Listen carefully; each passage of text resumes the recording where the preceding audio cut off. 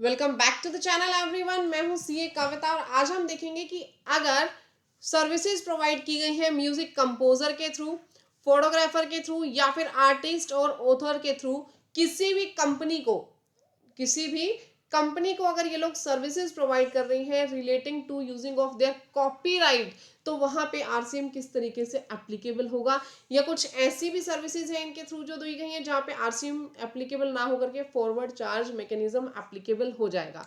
देखिए, सबसे पहले तो मेरी बात समझिए, यहाँ पे सप्लायर ऑफ सर्विसेज कौन है। यहाँ पे कोई भी म्यूजिक कंपोजर हो, फोटोग्राफर हो या आर्टिस्ट हो, या इन्हीं की तरह कोई अदर पर्सन भी हो सकता है। अगर उसने सर्विसेज प्रोवाइड की म्यूजिक कंपनी को, प्रोड्यूसर को या इन्हीं की तरह जो पर्सन है उसको, which are located in the taxable territory. अगर इन लोगों ने म्यूजिक कंपनी या प्रोड्यूसर्स को सर्विसेज प्रोवाइड की, अब सर्विसेज कौन सी होनी चाहिए।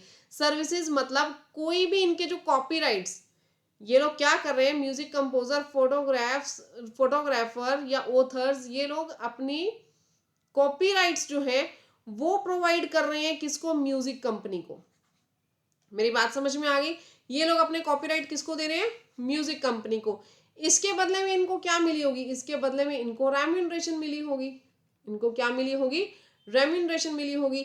तो इस रेम्यूनरेशन के ऊपर यहाँ पे जो कंपनी है, कंपनी आरसीएम के बेस पर टैक्स पे करेगी। यानी कि म्यूजिक कंपोजर को कुछ नहीं पे करना, फोटोग्राफर को कुछ नहीं पे करना, आर्टिस्ट को कुछ भी नहीं पे करना। पे कौन करेगा, कंपनी करेगी, प्रोड्यूसर करेगा, वो भी आरसीएम बेसिस पर। यहां तक बात समझ में आ गई, ठीक है। बट यहाँ पे ना पहले सिनेरियो थोड़ा अलग था, यहाँ पे ऑथर भी इंक्लूड होता था। अभी यहाँ पे 3 लोग इंक्लूड है, म्यूजिक कंपोजर, फोटोग्राफर और आर्टिस्ट।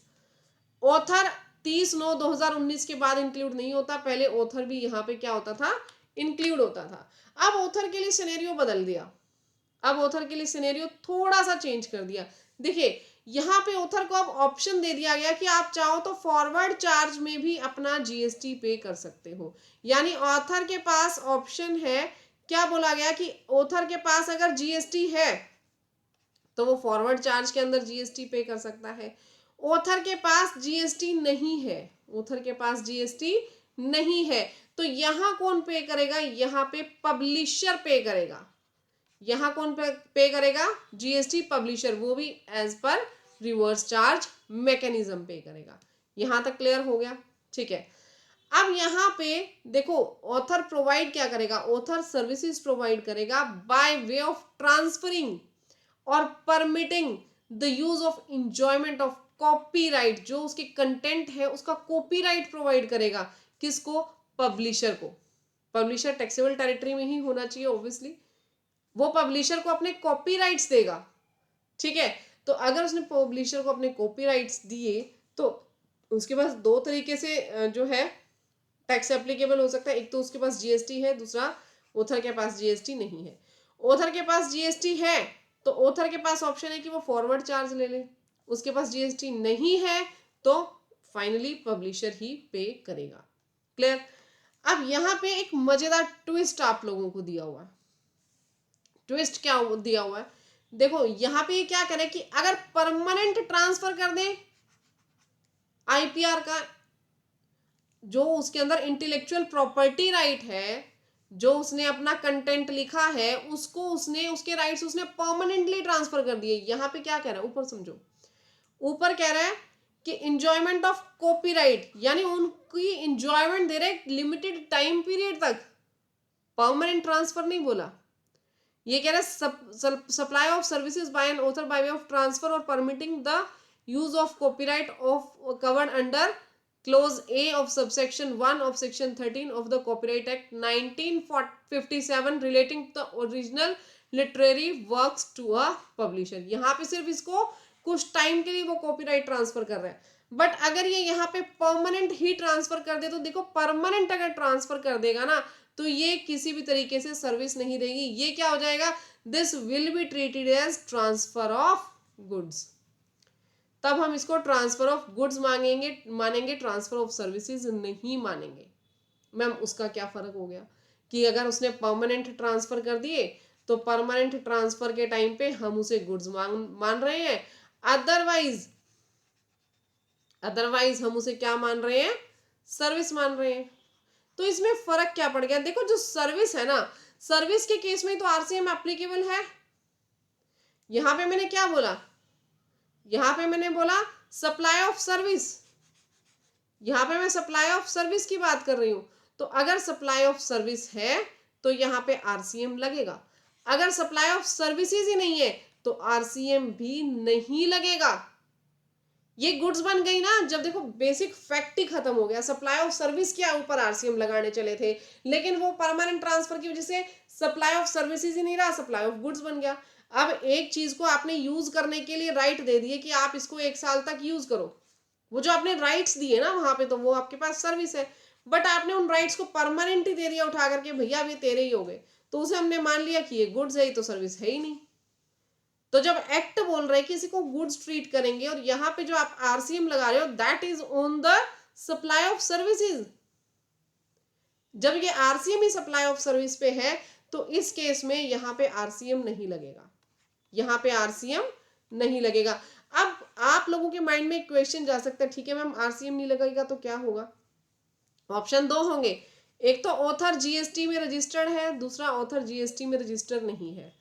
ऑथर अगर जीएसटी में रजिस्टर्ड है, if author is registered in GST act, तो क्या होगा? तो वो फॉरवर्ड चार्ज मैकेनिज्म के बेस पे जीएसटी पे कर देगा। But if he is not registered, जब रजिस्टर्ड ही नहीं है तो ऑब्वियसली जीएसटी आएगा ही नहीं। कहां से जीएसटी लग जाएगा? अनरजिस्टर्ड पर्सन थोड़ी ना जीएसटी पे करते हैं। क्लियर हो गया यहां तक सभी को? ठीक है, तो ध्यान रखना है आपको, अगर ऑथर के पास 2 ऑप्शन है, वो फॉरवर्ड चार्ज मैकेनिज्म में भी पे कर सकता है और रिवर्स चार्ज के अंदर सामने वाला भी पे कर सकता है। लेकिन म्यूजिक कंपोजर, फोटोग्राफर और आर्टिस्ट, इनके पास कोई भी ऑप्शन नहीं है। इनके केस में म्यूजिक कंपनी, प्रोड्यूसर, डायरेक्ट जो है वो अपना आरसीएम के बेसिस पे ही टैक्स पे करेंगे। अब एक चीज और, अगर जो ऑथर है, ऑथर फॉरवर्ड चार्ज मैकेनिज्म लेना चाहता हो तो वो कैसे डिक्लेयर करेगा? देखो अगर वो फॉरवर्ड चार्ज मैकेनिज्म लेना चाहता है तो डिक्लेरेशन तो उसको देनी पड़ेगी ना कि मैं फॉरवर्ड चार्ज लेना चाहता हूँ या मैं रिवर्स चार्ज में काम करना चाहता हूँ। सामने वाला अपने आप भरे, मेरा कोई लेना देना नहीं है, उसको देनी पड़ेगी। अगर वो फॉरवर्ड चार्ज मैकेनिज्म लेना चाहता है तो उसके अंदर उसे अनेक्सर 1 फाइल करना पड़ेगा। ठीक है, उसे क्या फाइल करना पड़ेगा? अनेक्सर 1 फाइल करना पड़ेगा। ये अनेक्सर 1 की आपके पास एक तरीके से फॉर्मेटिंग है, वर्डिंग्स है जो उसमें लिखी हुई मिलेगी। ठीक है, साथ ही साथ उसे एक डिक्लेरेशन देना पड़ेगा, साथ के साथ उसे एक डिक्लेरेशन देना पड़ेगा कि मैंने जीएसटी में रजिस्ट्रेशन लिया हुआ है फलाने एक्ट के तहत और मैं फॉरवर्ड चार्ज मैकेनिज्म के तहत जीएसटी पे करूंगा। ठीक है, ये डिक्लेरेशन उसको देना जरूरी है। ये डिक्लेरेशन उसको इनवॉइस पे लिखना जरूरी है। एनेक्सर 2 में एक डिक्लेरेशन दिया हुआ है, ये उसको इनवॉइस पे शो करना पड़ेगा। यानी इनवॉइस में एक अलग डिक्लेरेशन देना पड़ेगा, किसको? ऑथर को। और जीएसटी में अनेक्सर 1 फाइल करना पड़ेगा। जीएसटी में भी तो डिक्लेरेशन दोगे ना, ये कहाँ फाइल हो जाएगा? जीएसटी पोर्टल पर। ठीक है, इस तरीके से डिक्लेरेशन जीएसटी पोर्टल पे जाएगी और ये वाली डिक्लेरेशन हमारे पास उसके बिल में यानी कि इनवॉइस में जाएगी। ठीक है गाइज, तो बहुत सिंपल सा कंसेप्ट है ऑथर, आर्टिस्ट या फिर फोटोग्राफर्स को लेकर के। वीडियो अच्छी लगी हो गाइज तो वीडियो को लाइक, चैनल को सब्सक्राइब करना मत भूलिएगा, नोटिफिकेशन के बटन पे जरूर क्लिक कर लेना। मिलते हैं हम नेक्स्ट वीडियो में, तब तक के लिए thank you, bye bye, take care everyone.